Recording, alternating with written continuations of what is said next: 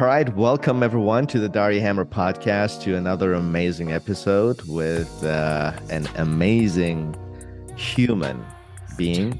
So this podcast is very going to be very inspiring, and it means a lot to me personally because of what I went through as a first responder, especially when I was in training as a resident at Jackson Memorial Hospital and other hospitals like Chicago and Boston. So we will delve into stories of resilience, empowerment, and change. Today we have an amazing guest. Like I said, she's a beacon of support for the unsung heroes amongst us. The law enforcement officers, firefighters, dispatchers, emergency medical services providers, and military veterans who face unique challenges on and off duty. Our guest today is the very Amanda Coleman, also known as the Irish Angel. Passionate founder of Irish Angel, a nonprofit that serves the powerful support network for these brave individuals. Amanda's commitment to protecting our protectors has garnered her organization over 300,000 followers and connections on social media. Her mission? To tackle growing rates of post-traumatic stress, mental health issues, and addiction within these communities. She does this remarkable work not for applause, but because she truly believes in giving back to those who give so much to us every single day. Irish Angel not only offers access to essential services and counseling, but also provides education, funding, and resources to help those struggling to find their way back to healing. With chapters across the United States and a vision that's continuously expanding, Amanda's dedication is making an impact on countless lives. She's a testament to the power of compassion and resilience. So let's dive into her journey, her challenges, and her unwavering commitment to those who protect us. Please join me in welcoming Amanda. Great to be here. Thanks for having me. Thanks, Amanda. So it means this, again, like I said in the intro, this means a lot to me just because I was affected from a lot of these issues for many years in training, where today I'm able to, as a result of what I went through in the past, I'm able today to go through a lot of stresses in professional and personal lives, in my personal life. But many of us don't come out of stressful situations strong. And many of us don't know that there is help. Many of us don't know how to cope with it because of the stigma that's attached to this issue, where it's usually perceived as weakness. I remember when I was a resident, I never wanted to talk about it because I didn't want to be perceived as a weak person. I didn't want it to affect my career negatively. So I basically, like I was told, I sucked it up like a man. But there was days in my career, in my early career, when I was in training, that I didn't know how I could survive the next day. I just didn't. I had no answer. It got to a point I got so tired thinking about it that the time just passed while I was thinking about it. And then the next day was already there. It's almost like just take one foot in front of the other and don't even worry about the third step. And what I'm talking about here are issues that, there are studies, and I want you to share your experience with this also, just for the audience to know the context we're talking about PTSD, which is post-traumatic stress disorder, and depression. That is estimated that 30% of first responders develop these types of behavioral health conditions, compared to like less than 20% in the general population. So that's a pretty significant difference. Statistically, is pretty significant. there. I read about a white paper on mental health and suicide of first responders, which was dated 2018, that more firefighters and police officers died by suicide than in the line of duty in 2017. And it's been consecutively with law enforcement in particular for the last 2 years. It's been the same. Yeah. And this is pre-COVID, by the way. I'm scared to ask about the number during COVID, like the 2020 number. I don't want to know, to be honest. And anxiety, more common amongst first responders. It's obviously due to the high stress nature of the work. So I want, Amanda, so first of all, welcome again. And please tell me, how does your organization approach supporting the first responders, law enforcement, firefighters, dispatchers, EMS providers, veterans, to translate to the unique pressures and stresses faced by healthcare professionals? Like, how do you guys do it? If you can help understand our audience, understand how you guys approach it, and how you came about to create this foundation, just so we have some context. Yeah. So back in 2015, we were having trouble. Obviously, I'm from Ireland, and hopefully you can understand me, your audience. But we understand you very well. I'll try keep it slow.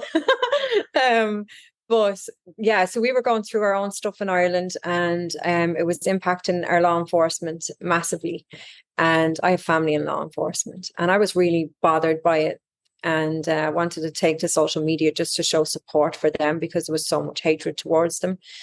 And my cousin was like, no, he says, we don't have it as bad as America. He said, you need to see what's happening in America. So he said, police officers are being ambushed in their cars while they're sitting having lunch. And I was like, nah, can't be. Like, America is, they carry guns. Our police officers don't. So I'm like, how can that be? And I did the research, and I was absolutely devastated by seeing what I was seeing. I just took to LinkedIn, posting messages of support, not even thinking it would make it to the United States. And it did. And a SWAT team, actually in your hometown now, Virginia, got together, and they gave me an honorary call sign, which was Irish Angel. And that's beautiful. Yeah, it's great. So I used that, and I created a website that was username and password. It was a safe haven for them to go and talk amongst themselves, and to invite the families on as well. We would just share like we do on LinkedIn today. It's just sharing news, relevant topics, mental health stuff, the fallen heroes, all that kind of stuff. But it was an open forum, so we could see the conversations. And in doing that, I too personally have had repeated trauma since I was a child till 10 years ago. And aside from that, my mom suffered with PTS because of grief. And her PTS sadly brought her to abusing alcohol and prescription meds. And that in turn, then she developed something called parapsychosis. And so I have a clear understanding of addiction. I have a clear understanding of trauma. And so I was watching the conversations on our forum back and forth and with the families and what have you. And it was triggering things in me. And I was like, this is an issue. Like, this is a problem, So I did research just like you on the suicides. I knew the suicides was high in the veteran community, but I didn't realize just how high they were climbing up there within the first responder community too. So I spoke a good friend of mine is a sheriff in Schenectady, New York. And he was like, Angel, you've got all this following now. What do you want to do? And I was like, I can't really do anything. I'm not from America. And he said, no, he said, but I am. He said, I believe in you. He said, and I believe in your passion. He said, do the research and we'll start at 501. So we did. That was we got our letter of determination in December 2019. And so I went around, did some research on how we could actually help people. I did not want to just be another raise awareness kind of an organization. And not that there's anything wrong with that, but I'm very much about being proactive and helping people. And especially those who are leaving their families every single day to go and take on everybody else's traumas and everybody else's problems. And, so I respect them. So I went around treatment facilities that cater to first responders. And I was like, well, if I start this nonprofit, how can we help? So the consensus was that if you're a first responder, a lot of the time they're sent out of state for treatment because they don't want to put them in a position where they're with people they may have arrested or they may got into altercations with or whatever. And so they go out of state for treatment. And a lot of the time, if someone is in crisis, so is their finances. And so they can't always afford the travel expenses when it comes to going to get the treatment. And so I was like, right, that's where we need to start, helping. And we were not without our headaches too when we got the 501, because we got that in December and we were launching in Boston in March 2020 and COVID hit. And so we were hit with that. That put a spanner in the works. And then sadly, there was the riots, which that had a profound impact on nonprofits that help law enforcement. Because it wasn't that people didn't want to invest in us. They were afraid of what would happen to their businesses. And so we just kind of had to take a back seat. And I was glad that we did that because, I think everything happens either for a lesson or a blessing. And for us, I think it was a bit of both, because it allowed us to develop our network, our resources, get more educated on stuff, and put together a good team. And so we did. And now we what we do as a whole for the company is we help send people for treatment. So we don't have a hotline for Irish Angel, but we do have people, because we're so prominent on social media, people trust us. Our board is built of service members, past and present. So they're able, and they all have experienced trauma or addiction. So this is a labor of love for all of us. And none of us take a wage. We all do it because we have heart for doing it. And so we have different members of the team that they're very educated in not just the field of mental health, but the living that daily. So when people reach out to us, they know they're going to talk to, they call them brothers or sisters, right? They're going to talk to someone who has been on their level. So they do reach out to us quite a lot for help. And when they do, we then have amazing resources that we go to. We have gotten some people help within it was 20 minutes. We got someone in New York, some help. Wow. And so we could have help to someone from 20 minutes to 24 hours, no matter where you are in the States. So, but that's, again, for that time, we just built up our resources and the medical professionals around us to be able to help them. So that's what we do. We fund people to go for treatment. And then if a treatment is not covered under insurance, and insurance companies are a bit of a nightmare, to be perfectly honest, because they agree to, just say, for instance, someone needs 6 weeks treatment. They will agree to the 6 weeks treatment. And then if that individual is doing well 2 weeks in, they'll pull the funding from it. They'll say they're doing okay. They need to go home now. So we try help with that. But thankfully, the resources that we work with also work with other nonprofits, and we can pool together to be able to help them all stay in treatment when we can. So we do as much as we can to help them all.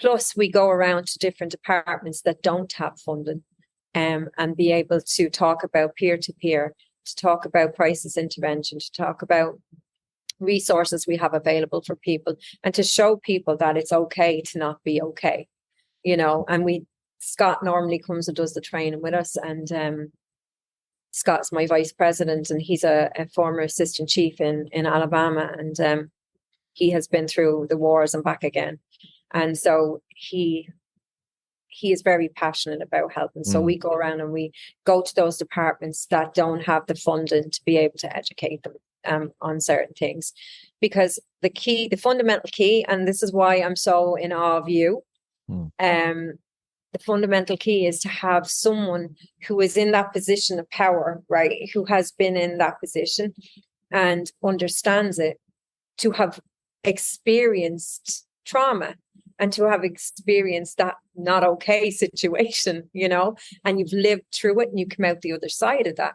to have that taught down to people beneath them, not beneath some wrong word, but people, who look up to them basically, is a huge thing, because Yeah. that's the fundamental key to reaching out, get people to reach out and letting them know it's okay to have these difficult conversations.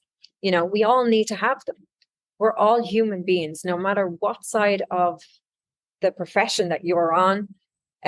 Nobody, and I mean absolutely nobody in this world is exempt from mental health issues or from having trauma in their lives. We all process trauma differently, so trauma is trauma. It doesn't matter whether I think my story, but my story was like a complete and utter cluster of a life, but versus somebody who you might think has an insignificant trauma. It's not that at all. It's how we process it and how we deal with it, right? And you and I just discussed this before we jumped on about using that. Like we're kind of a rare breed in many ways, because we utilized our trauma and we turned it into our superpower, right? Mm-hmm. And so that drives us to where we are today. So I am in awe of you as a doctor. Thank you. Saying about your trauma. Well, I appreciate your kind words. I feel that we come to a place in our lives where we start developing so much compassion and empathy for the ones that have gone through similar trauma and similar hardships in their lives than we have.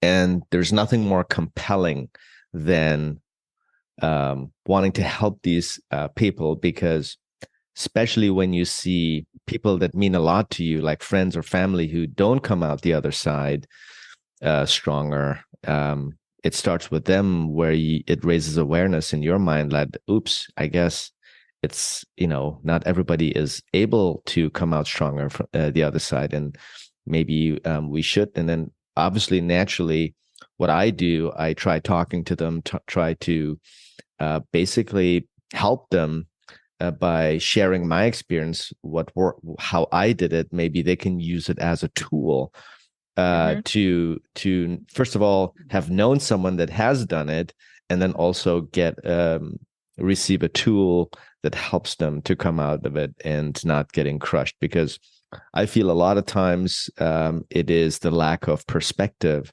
that crushes people.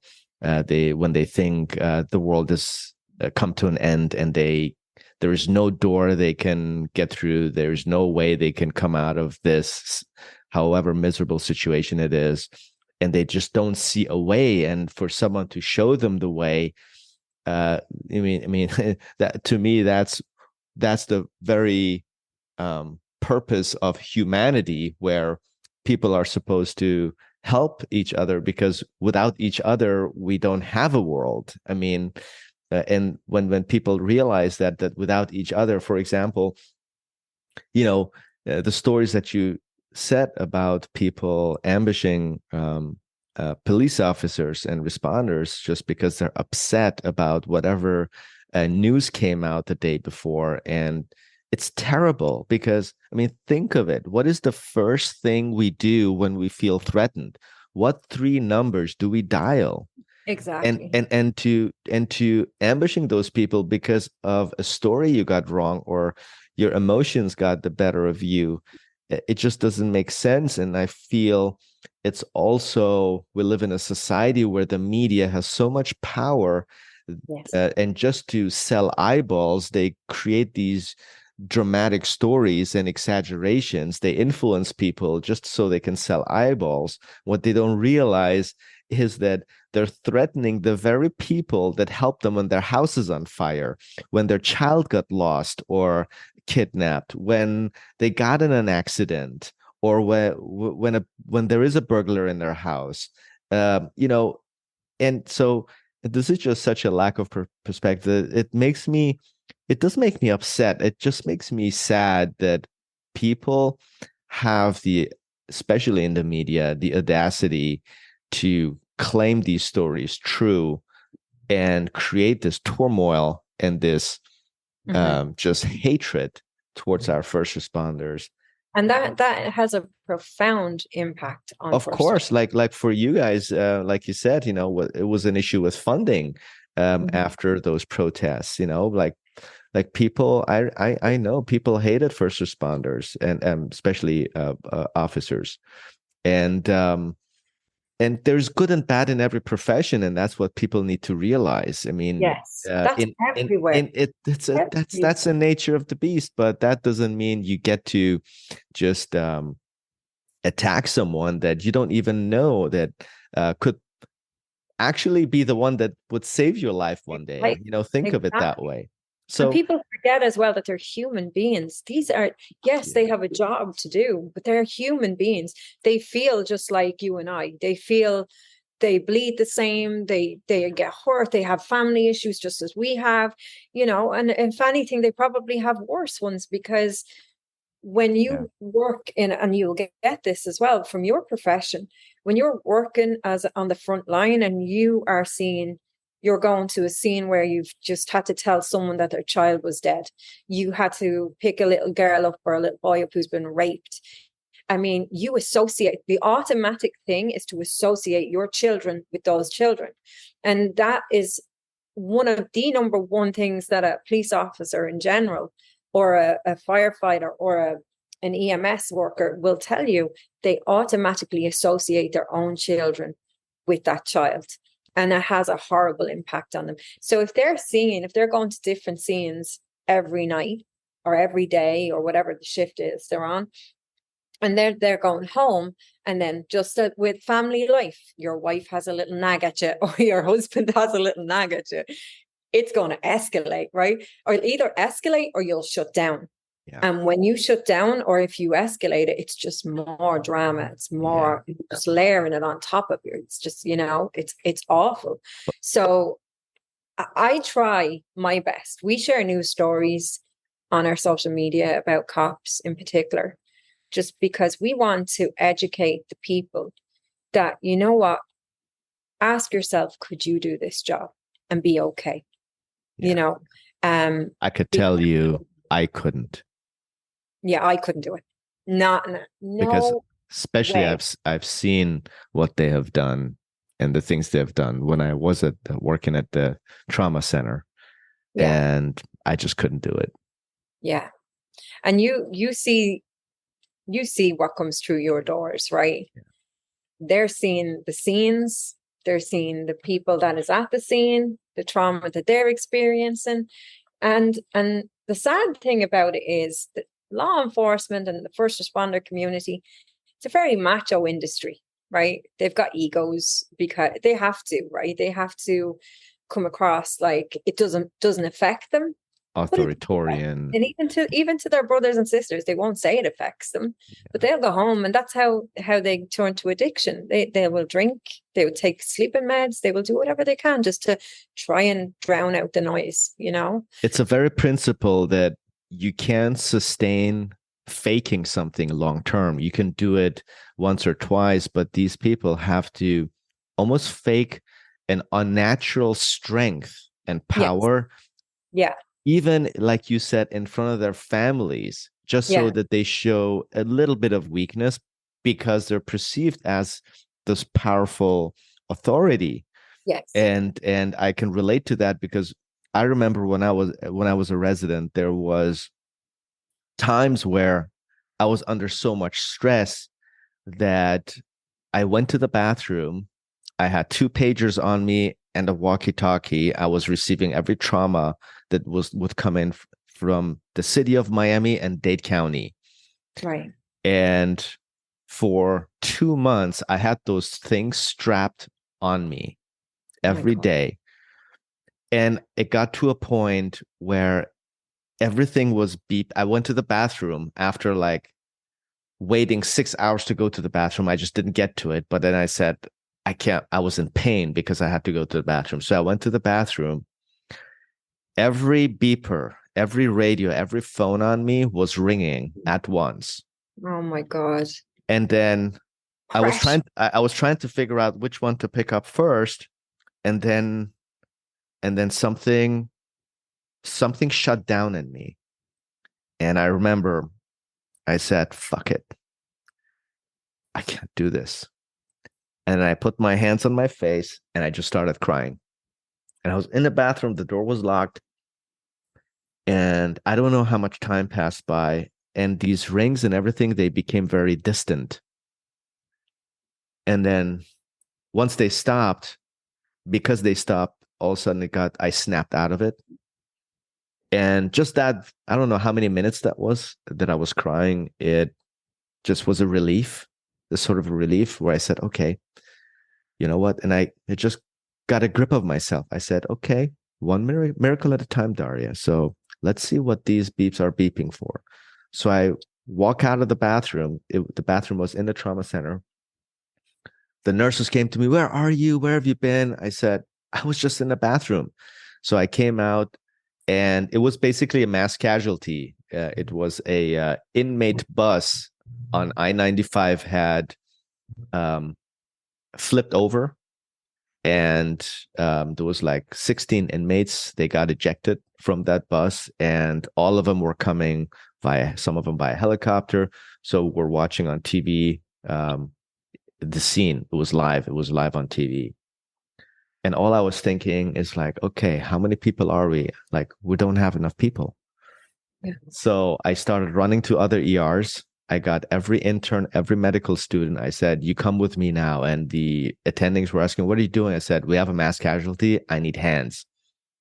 Because my chief resident and the attending that were in the operating room dealing with a liver laceration. So it was me, two medical students, one intern, and two trauma nurses, and one army physician who was in training, because the military sent their residents to us for training because we were such a big trauma center. So basically, all of a sudden, this calmness went to me where I just went. Literally, it was like uh, in my brain, everything turned into an orchestra. I said, you do this now, you do that, just all pragmatic. 5 minutes before that, I didn't have an answer. I thought, I'm just going to flush the toilet and I'm going to go down that flush. I'm just going to disappear. I can't do this. Yeah. So I always use that moment in my life as an anchor whenever I get in a high stress situation where I'm like, I don't have an answer right now. I don't know how I'm going to get out of this. I use that moment and this calmness comes through me. But I do know that not everybody necessarily has that ability and that experience, that whoever angel was sitting on my shoulder that night helped me to overcome that. I know that not everybody necessarily is that lucky. And for me, that moment serves as an anchor to every hardship in my life to overcome it, because I know I did that. And I always tell myself, if I can do that, I can do anything. Yeah. But how do you, because this topic is so important to me, because I couldn't talk to anybody about the issues because the stigma that was attached to um, what we went through was perceived as a complaint, as weakness, and you wanted to make sure they don't kick you out and you graduate. That was the pressure that was on you. You didn't want to be the laughing stock of the hospital, and you definitely couldn't go to your chief residence because they were like, kind of like the attitude, I went through the same crap, so you better shut up and or you're out. Or worse, even you would get an extra call. So we're already post call. You had to sit for another call. So now you didn't sleep for 36 hours. Sleep So deprivation is the yeah. worst. So so that pressure was on you. So you didn't dare to talk to anyone about it, and no one talked to each other even about it, because we didn't want. We thought maybe if we say to one person, the other person is gonna talk about us to our superior, and then they're gonna think we're like a wuss or a wimp. So we didn't want to have that on us, and that was crushing, really. I mean, now thinking back, I definitely was suffering, definitely from anxiety. I mean, Absolutely. even today when I hear a beeper going on, it's like Pavlov, right? Right. It's Yeah. it's a trigger. I get anxiety. Um, but I was depressed because I couldn't talk to anybody about it. That was so I had to internalize everything. And the only reason why I came out of it stronger is because of my personality. I'm very stubborn and I'm very determined. So my determination was I knew promised land is outside of those four walls. All I had to do is finish these 4 years and then I'm done. So I did it for a purpose. So I saw the light at the end of the tunnel. Yeah. But many people do not have a light, do not see a light at the end of the tunnel. And I think of myself, if that was the case, I probably wouldn't have made it. The only thing that motivated me was that little light at the end of the tunnel. And the closer I would get to it, the more motivated it would make me. So Yeah. I want you to share your thoughts on how this type of stress and burnout experienced by doctors and mainly surgical residents in hospital, which many don't know that a lot of the work in the hospital is being done by the residents. And they are doctors, but they're still residents in training, but they do all the legwork, all the hard work, all the dirty work. And how that might mirror what you guys do and how you guys serve the first responders. And have you thought of creating a support system for those residents and interns Yeah, inside the hospitals? absolutely. And in many ways we already do because we never turn anybody away. A lot of our police officers who follow us, their wives, funny enough, are nurses. So you'll get a lot of medical people coming through as well. So I mean, we turn nobody away. If someone reached out to us for help, we won't go to them. No, you're not a cop or you're not a first responder. We'll make sure that we try to get the best care to them and that we most possibly can. We collaborate with some of the most amazing organizations, which is one is Acadia Health. I'm sure you know them. Mm-hmm. Yes, of Um, course. yeah, so they have a phenomenal first responder program. It's headed by two former chiefs of police, very dear friends of mine, Bill Mazer and Joe Collins, both incredible human beings. And they do a lot centered around wellness for the hospital community. Like they doctors, nurses, they even do pilots, they do all Mm-hmm. professional, anybody I think who has a high pressure job or is involved with the public, because as much as we love the public are nasty sometimes, they're not your friends a lot of the time, and so the people are put in awkward situations, stressful situations, so they cater for everybody. So they are an amazing tool for your arsenal, and I would totally suggest to have those guys go out and talk with you, or departments, hospital departments. But yes, absolutely, we would happily put the residents and nurses, doctors, and what have you on there, because the professionals, they need their help, and they're the ones that the professional field. I think professional field is because you have to maintain a certain level of diplomacy and how you act around people, and you have that authority over people. They believe that they can't show that weakness. They have to be vulnerable, and they have to know that it's okay to be vulnerable, because being vulnerable is the strongest thing that you can ever do, because it's the first step to you getting the help that you need when you Isn't that need it. true? Isn't that true? And isn't that ironic that our very bosses, so to speak, they say that's a sign of weakness, and they say this is only for people with thick skin, and if you're not made out of thick skin, there is no place for you here. What do you have to say to that? I think that mentality is just so wrong. It's so wrong. I think the problem from all the first responder communities is, you know, it starts with leadership. Your leaders have to be a beacon of light for your people, because think about it, no matter what your profession is, right? And just using the analogy of a veteran or a cop. So you're given a budget, right? You're given a budget to run your department. You get new uniforms, training, clothes, training your cars, equipment, all that kind of stuff, right? You're given all of these tools to do your job, but they forget about the one tool that's the most important tool that you have, and it's your brain. Yeah. And so if you're not looking after your brain, you're not going to be 100% at your job, no matter what profession you're in, you know? And so I believe that these leaders have a duty of care to their people, to make sure not just their communities, but to their actual people underneath them, that they need to be well. They need to have that support network that's there for them. Because, like I said, no one is exempt. You will have that moment, just like you did that day, where you will shut down. Like you will either freeze, yeah, and go in a total opposite direction, or you will, just like you, have that come to Jesus moment where you just, you turn it around. But there's many people out there who can't, and they don't know how to process that. And so it's up to the leaders to change that, I think, personally.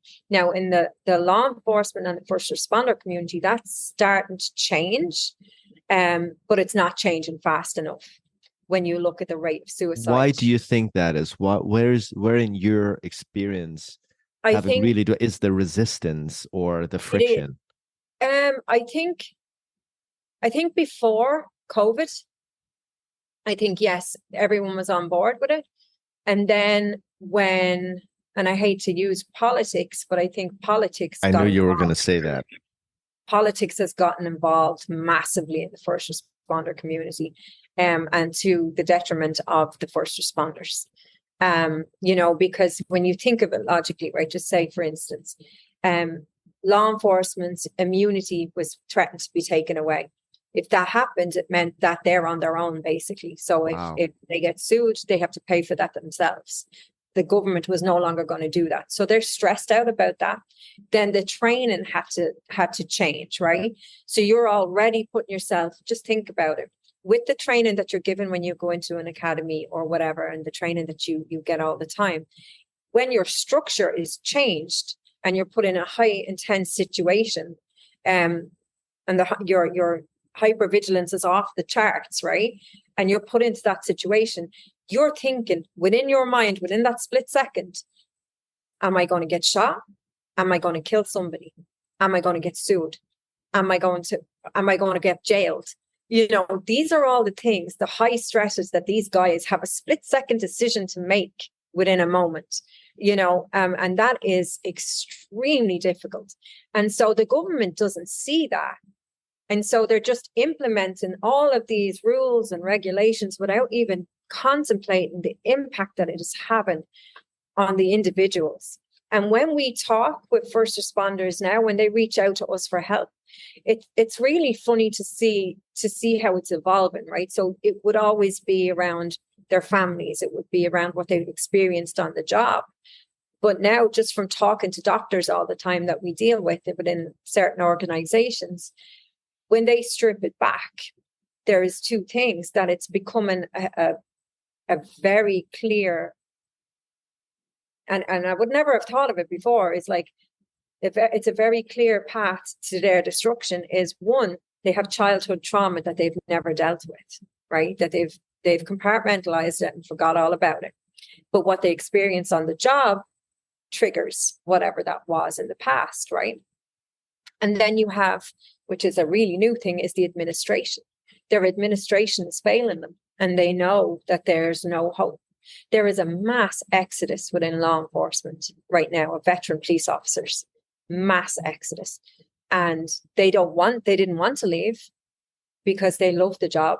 And they actually, a lot of them we talk to feel guilty for leaving because they're leaving these kids. But they know if they know the risks involved now with all of these laws that's implemented by the government. So they had to get out. They just had to get out. But now you have these young kids that are coming in who don't have the veterans to look after them and help them on their way. And these Yeah. kids are coming in and they're not as hard, tough as the veterans are. And so they're getting more impacted by what they're seeing. But the good thing about the younger generation now is they're willing to talk. It's the older generation that won't talk, you know? So So that's it's like, good. yeah. So that's a positive. But how do we motivate people getting into this type of line of work? Going into, how are the police academies dealing with, I guess, a application numbers, and They're how does not that, right. how they're not? It's changed. It's bad right now. No one wants to join the police force. Right. The numbers are way down, like way down. So is there any solution, any way, has that risen awareness within the politicians to realize, okay, the strategy, I guess, it's not working out to anybody's benefit advantage? Yeah, but it's the same even with the veterans right now. They can't, or with the military, they can't get people to sign up now. You know, we've, and again, I hate bringing it into this, but it's like we've joined this woke culture that is now intoxicating these people that have a tough job to do when they're entities that should never be, those lines should not be crossed. You know, they have to act a specific way. They need to be allowed to do their job. And that's the issue, is they're not allowed to do their jobs. You know, they're villainized for doing their jobs. So it's something that has got to give within the ranks of the politician world, because the political world, because I can't see it getting any better. You know, I really can't. And that's disheartening for those who we need valuably to join the services, but it's just not happening. The numbers are down. The quality of candidates is down. It's not good. You know, it's really not good. Yeah. So I know, and I hope that people will wake up and realize that this woke culture mentality and this fear mongering is not going to help any of us. And I guess, like history has told us, unless things get bad enough, people won't do anything about it. There's too many politicians that are so worried about their careers and about how they can maximize, these types of issues to their benefit, that, until one of their own family members or they themselves get affected from it, and then all of a sudden they become the spokesperson. So it's tough to say, but it is the way it is. And I hate to be the one saying it, but unless we've gotten burned ourselves, we probably won't necessarily, or we kind of close both eyes on issues like that. And I think that will change. I just don't know when. But I wanted to circle back a little bit on these resources that you guys have. You said, you setting people up with resources. What kind of resources are you talking about? And if you can kind of explain us a little bit how, if someone is seeking help and they contact you guys or they come in touch with you, and when you do channel them to the resources that you mentioned, what are those resources specifically? So when we do that, we have a lot of resources. So there's loads of different treatment facilities that we would reach out to, depending on the situation. So when they contact us, we'll have like a couple of questions that we will ask them, so we will know what level of care they need or who we need to go to.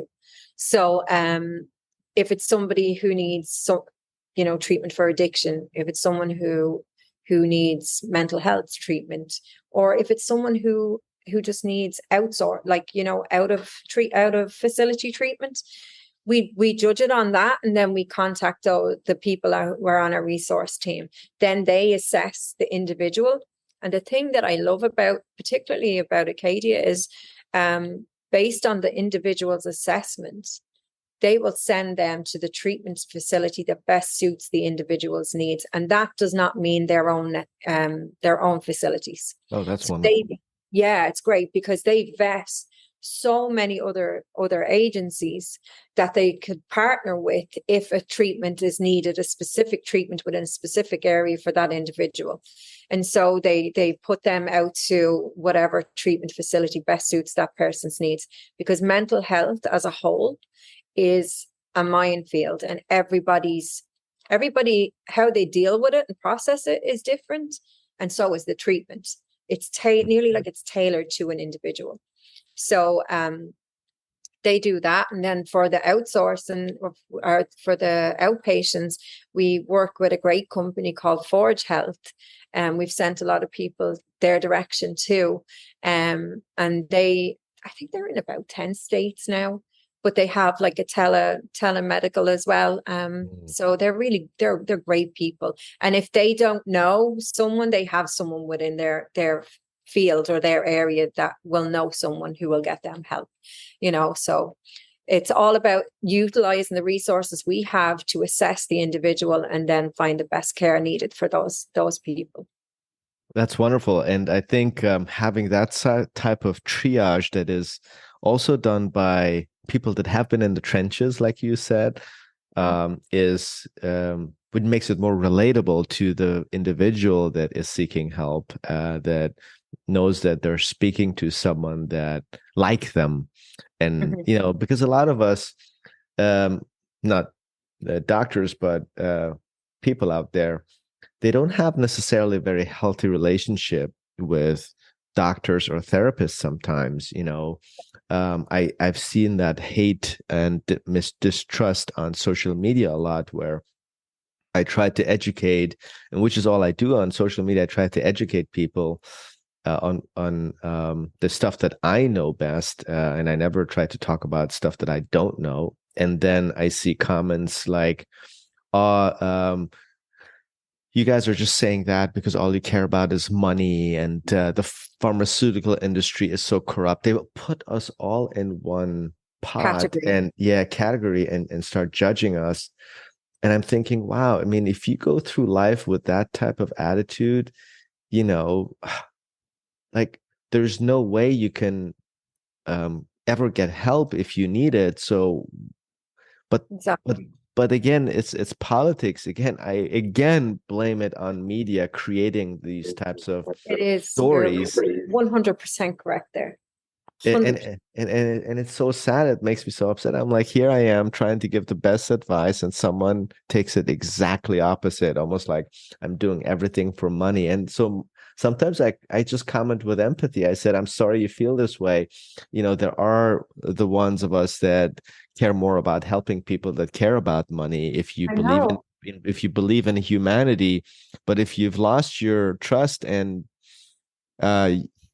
your love for humanity, then, God help you, because. And I because I've been following you for a long time now, and I love your honesty. I absolutely love your honesty on your profession and everything else. But from a standpoint of you, and I can relate to this at being a just saying if I was a patient, and I was, because I think I told you about my weight loss. I've lost 100 pounds. And so me as a person yes, I feel much better in myself. I'm really healthy now and all that kind of stuff.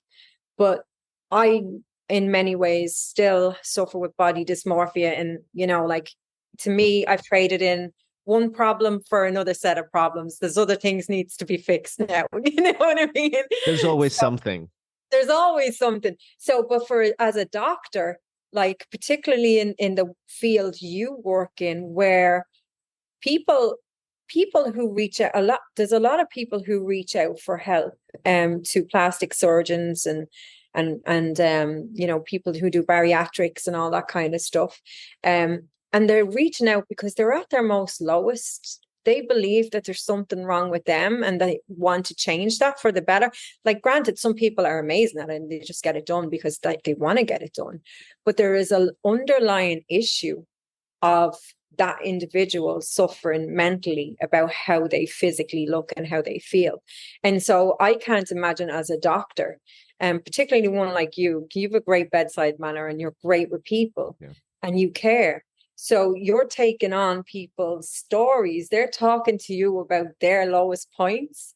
And so you're layering that up as well, you know. So as much as, you know, first responders doing their things, you're actually layering that upon yourself. So you're taking on other people's heartache, and that's difficult. And then you're going home to your family, and then you have to try and decompress or compartmentalize whatever way you process it.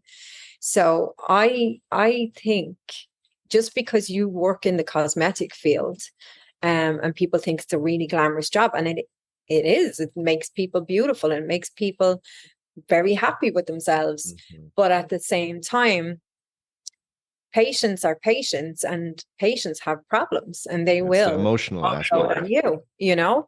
So I think it does not matter what sort of a doctor you are, what sort of a nurse you are, whatever field you work in, things is going to impact you. If you're a human being, it will impact you in some Yeah. way, shape, or form. Yeah, thank you. I really appreciate you segueing into that, because that's actually how we met. And I remember, you know, that day that I sat on my desk, and it kind of felt like that day when I was in the trauma center, where I was just exhausted. And I just sat at my desk, and there was this utter silence. And then I just picked up the phone and I just started talking to a point I don't even remember right now. I wouldn't be able to recall what I said. I would have to see if I can find that post to listen to what I said, because I just started talking. And when you talk from your heart, you don't remember what you said, because it didn't go through my brain. It came straight from my heart to my mouth, to my vocal cords.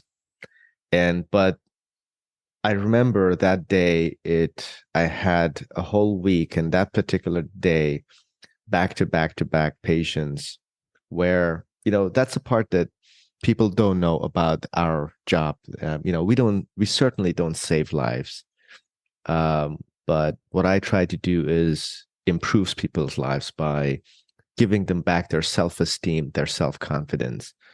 And I'm so passionate about it that I feel everything my patients say. And sometimes I struggle to keep my composure and hold my emotions back, because I can feel how they feel.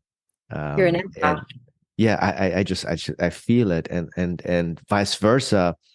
I share their happiness afterwards when I was able to help them, which is, there's nothing more beautiful than when someone just looks you in the eyes and straight up says thank you.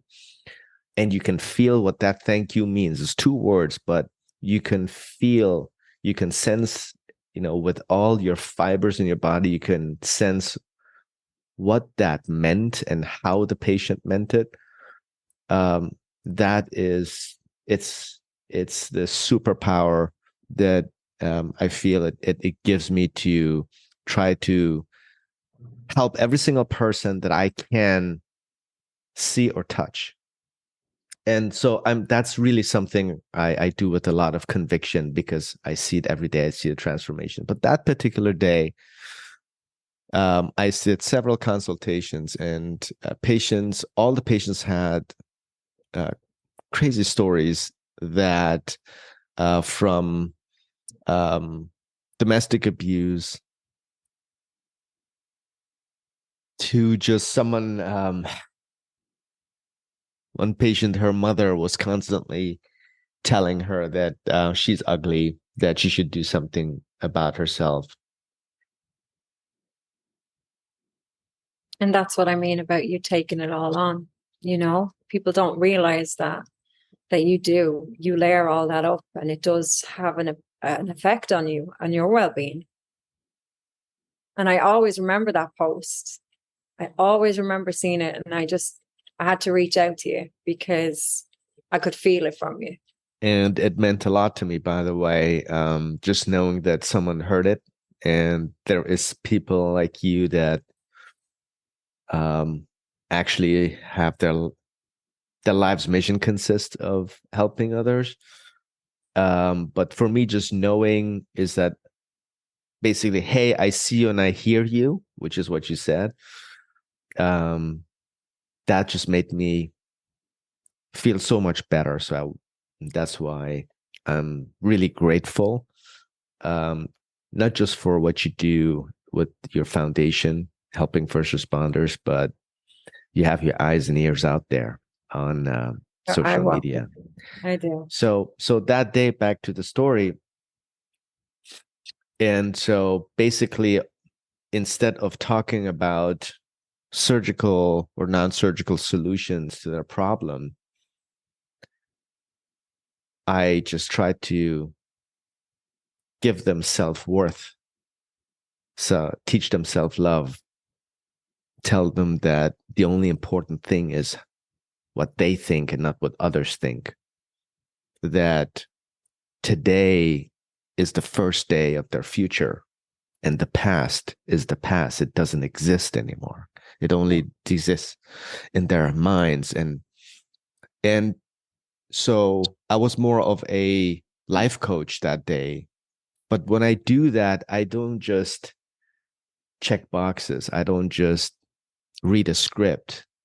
I really, because I feel the patient's pain, I really want them to hear me. It's so important to me that they understand what I'm saying. So I give it my all. I put everything I have, the last piece of me, into that conversation, to the point that my staff now knows they cannot disturb the room when that happens, to tell me, hey, the next patient is waiting. Because when that happens, I usually have a talk with them to realize that, yes, we're running a business, but first we treat human beings. And this is more important than anyone. And let me deal with the patient that had been waiting, because I will explain why they had been waiting. And trust me, they will be okay with it. So Yeah. don't worry about it. So I love that. so so so my staff, and my staff knows that. And the way I learned that lesson is because the very first time I had to explain the patient why, apologize for that they've been waiting, and I explained why they had been waiting, the patient got up and gave me a hug. So that's when I learned, it's like, people, there is human beings out there. They understand. People still have a heart out there.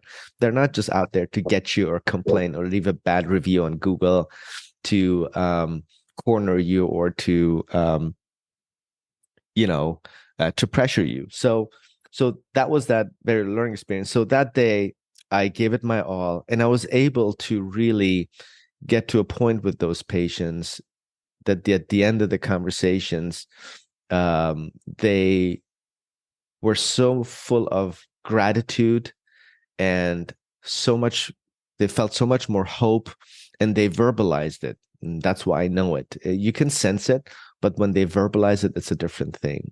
That means it really meant a lot to them. That means, hey, I really heard you. Thank you. And things like, no one ever spent this time with me. No one, so all of those things, they mean a lot, and it's very uplifting. Yes, it's also, it helps my own self. It's a little bit of selfishness involved in there too, but because it makes me feel amazing to know that I could make a difference, not just with the scalpel, but just by giving someone just perspective, right? All I do is I give them perspective, and how much that helps these people, how it affects them. And so I'm so passionate about it. And it's something that in our field, in cosmetic or plastic surgery, not only it's not talked about, it's frowned upon. It's like, hey, we're not, this is not our problem. Those patients need to see a psychologist or a shrink. You're a surgeon, do your job and be done with it, and don't deal with those patients. I disagree, because the human part of me can't let me see past that. It's just part of it. Because when I do see transformations of, when I do some work on these patients, it's the joy it brings me is not any different than the joy it brings me by spending the 15 or 30 minutes talking to them, even if they walk out without any treatment plan, knowing that I helped them. Because some of these patients, they're problems is more psychological. They have just self-esteem issues. And yes, someone might have some problems that it really, if I feel or they verbalize, like that's really what is affecting their self-esteem. And if I can augment it with that physical change together with my, let's call it pep talk, then that's a double winner. And that's what I'm passionate about. But I cannot separate them. I can't separate the human, their spirit, their brain from their body. It's just not possible. It's just they go hand in hand. And there are studies that in social psychology that has shown that it's embedded in our DNA. We feel better when we look better. We have more self-confidence. It boosts our self-esteem. I mean, they're related. It's like a cycle, and you can't separate them. You can't say, oh no, this person is crazy or this person is shallow. There's more important stuff in life. And that's the stigma that's attached to when people choose to improve their physical appearance. To me, it's not any different than someone trying to go to the gym or losing weight or combing their hair, putting their favorite shirt or dress on to go to an event. You walk differently, you talk differently as a result. It's not any different. And yet people judge cosmetic or plastic surgery, and they separate that.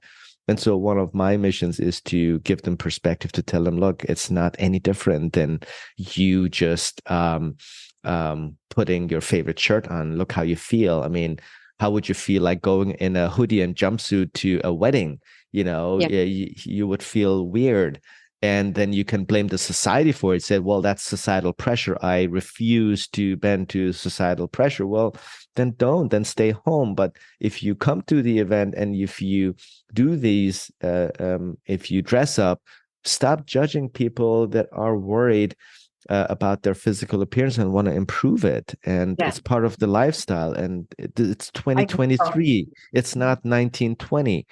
exactly. You I know, can so relate to it exactly how you talked about that. It's like, as much as I'm the face of Irish Angel, like I I would be happily be the one behind the scenes just doing the work.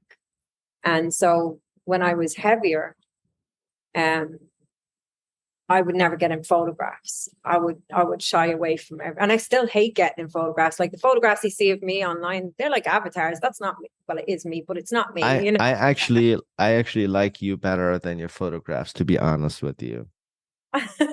And I mean it. Thank you. But I'm so camera shy. So I had that You whole, shouldn't. like, people would judge me all the time by my appearance. And I would always be the very first person to put myself down in front of people so that no one else, I would never give them the opportunity to do it. You know what I mean?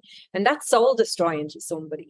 So when I went through my gastric sleeve surgery to lose weight, because I battled on and off for years. I was yo-yo dieting all the time. And then I got really sick, and I'm an asthmatic, and I had to get the jab, and the jab put me in hospital with a blood clot. And I was like, I have to do something. And so I did. But the difference in me, I'm still shy. Like, I will talk to anybody. Put me in a room, 100 people, I'll yak, yak, yak away, no problem. But when it comes to standing up and me being the center of attention, I hate it. I actually hate it. And it's so ironic given the work I do. But like, just from that, and I know it's in here. For me, it's in here, right? It's the constant beating down on your appearance, because I've had that all my life. And I've had that where people put me down. And people would comment on how you look or whatever. And yes, I have to look a certain way now, given the role that I'm in, but doesn't mean that in here is fixed. That, you can fix this. It will make you feel better. But sometimes that's my trauma, that part of my trauma that has to heal. And it's getting better all the time. But it's good people like you who help people like us feel better and that is the starting, like you just said, it's the beginning of the rest of your life. And people need to understand that just because someone goes for cosmetic surgery doesn't mean that they're vain. It doesn't mean that they're, they're up themselves or whatever. It means sometimes they have issues and it stems with here or with the support network, the people they have around them. Toxic people reads horrible stuff on people, on good people, and it has a profound impact on their well-being. So I appreciate people like you. Yeah. Trust me. And I never judge anybody. I never judge anybody on improving themselves. If that's what they want to do, go do you. If it Yeah. makes you happy, do it. Well, We're only on luckily, this earth for a short while. luckily it is changing. You're absolutely right. Luckily that is changing, even though slowly. But if I just look at the past 10 years, we've come a long way. And I love the new generation. I love the millennials and Gen Zs. They're extremely intelligent. They're a highly intelligent generation that is more in touch with themselves, is more honest than my generation, which is Gen X, or even the millennials that are all, their behaviors are led by stigmata and just judgment, self-judgment even. And it's usually the people that judge themselves, judge others the most.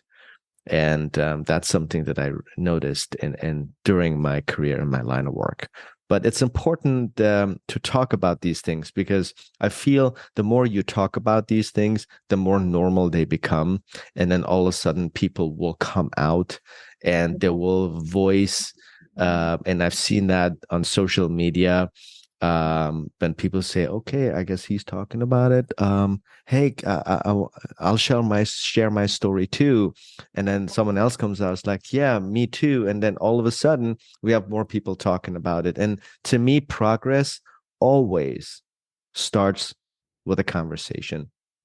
And then when the conversation happens, that's when the chips just fall in the right place. And so opening up the conversation, which is what we are doing today in essence. And I hope this episode will be shared by people just so others that don't know about you and me can listen to this and know that, oh, wow. So there are people that are aware of this problem. So it is okay to talk about it. And that's what I'm trying to raise, is awareness. But just like you, not just awareness, but also at work, I try to do every day something about it to with my patients that I come in touch. I'm in a unique situation where I meet strangers every single day of my life, and they let me into their lives through their stories, and I get to help them. And I consider this a privilege, and I'm so grateful because by doing so, I gain so much more perspective that helps me in my personal life so much more. That's how I've grown as a person, through my patients' stories, through gaining more perspective, realizing, oh, wow, for example, I thought I have problems, I guess, compared to that person. I'm not really that bad, in a bad situation. Or vice versa, you find someone that's in a similar situation. You're like, oh my God, me too. And then you share experiences. And then all of a sudden, it doesn't look like a problem anymore just because you just talked about it. And I think conversations are so much more valuable and people underestimate it. And for what you guys do, a lot of it is just helping people to come out and crying for help and getting help just by talking to them. So I wish there was an Irish angel everywhere in every profession. And one of the things I hope you guys get into and is to also help or not forget about those in training, because the training for medical residents is anywhere from 4 to 7 years, and that's Or even, during a time when you're in your 20s and early 30s, where you don't have life experience, yeah, where you're just thrown out there and you're supposed to deal with certain pressures that you've never even imagined exist, and you're expected to deal with it without any help. And I remember the first day I had to tell in the trauma center, I had to tell a parent that their 17-year-old, after 8 gunshot wounds that didn't make it, I I was in the trauma bay, and we tried everything we could, and unfortunately, he didn't make it. And I remember his face, and I remember him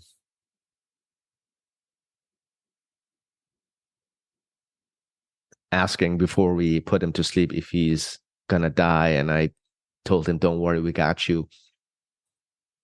And then 30 minutes later, I felt a hand on my shoulder. I said, "You need to go and talk to the family," and because he didn't make it.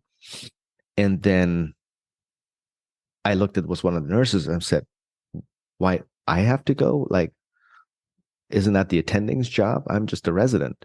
Just like, the attending is in the operating room. There's no one but you here. A doctor has to go and talk to the family. And I couldn't refuse. I couldn't say no. And I didn't know what to say.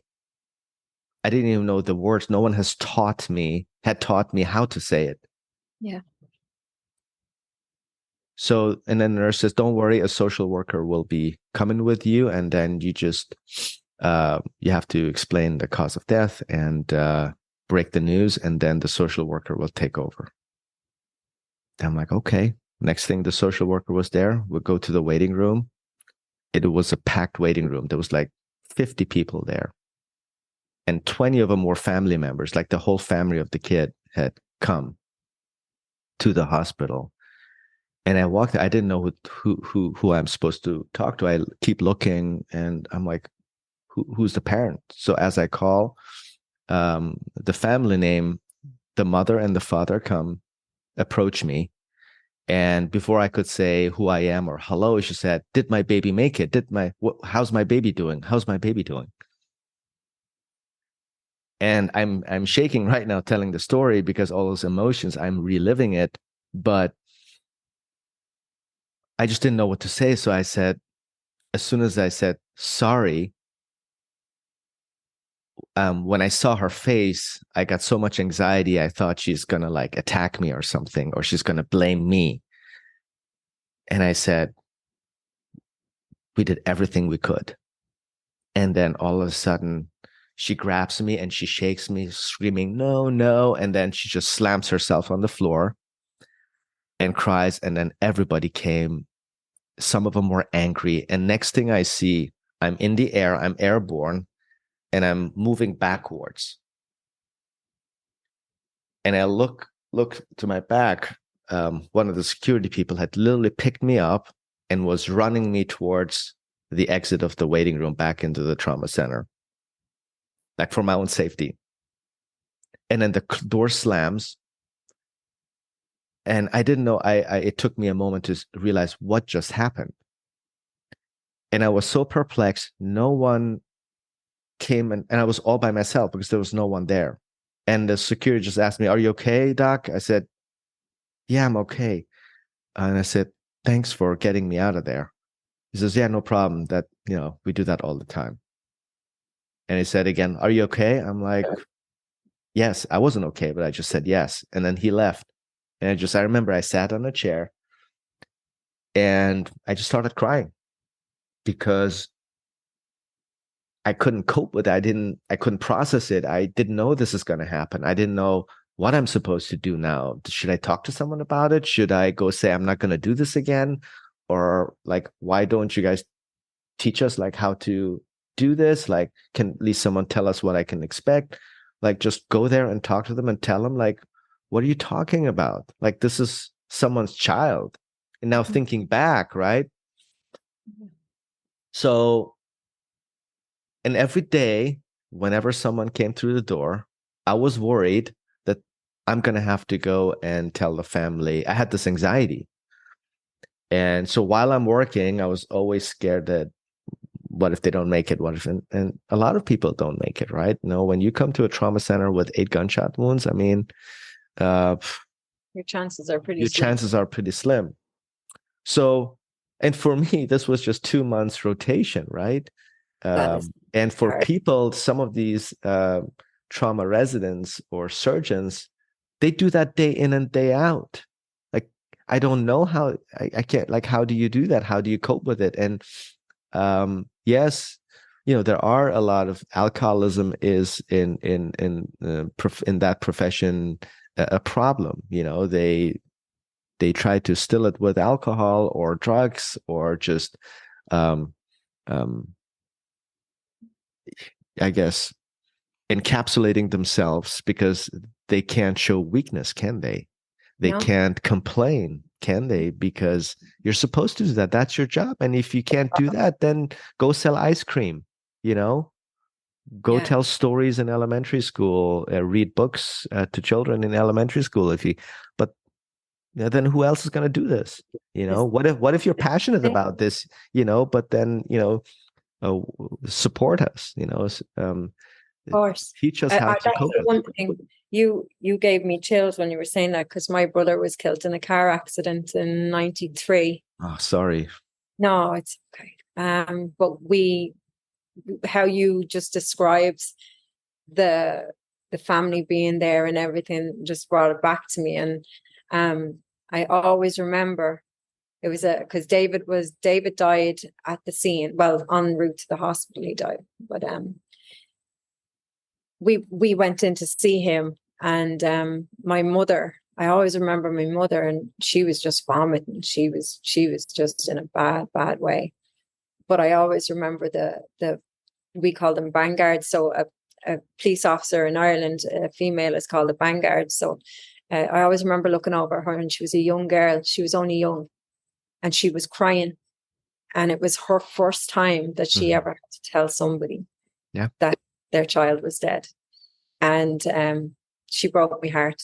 She really did. And so when I heard you say that, it just brought it back to me. And one thing about, and again, trying to change the culture between civilians and first responders is, if a police officer stops you and he's in a pissy humor, you can be sure as eggs, he's in a pissy humor for a reason.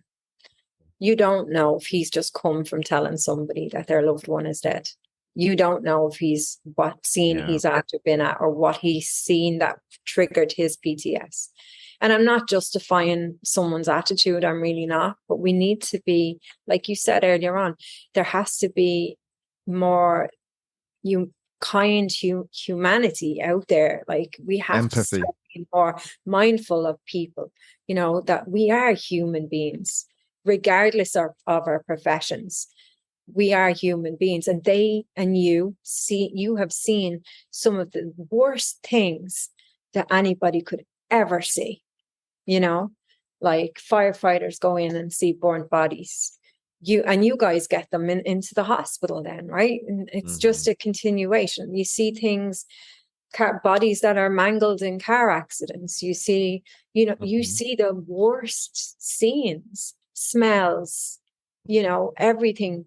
And people don't realize that it does have such a profound effect on you. And although you compartmentalize it, things will trigger that. Sense will trigger that.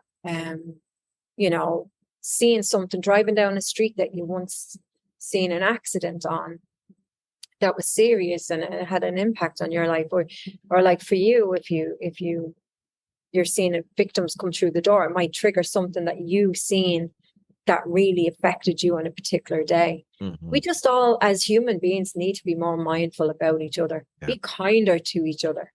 We're nasty. People are nasty, and I think if the world was a little bit more kinder, the world would be a better place. That's for sure. Thank you. These were great words of wisdom and advice, and I actually want to leave it at that because what you just said like amen to that. And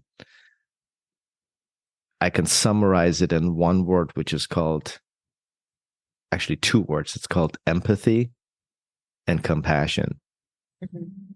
And that was very well and beautifully said. And I hope people listen to what Amanda just said very, very carefully, especially the people that are in power, that are in media, and